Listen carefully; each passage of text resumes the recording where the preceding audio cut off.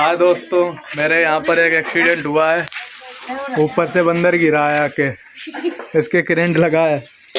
तेरा बंदर 2 घंटे हो गए।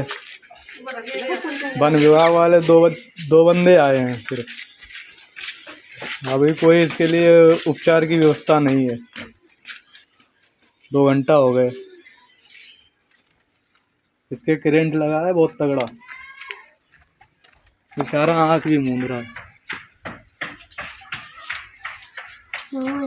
थोड़ी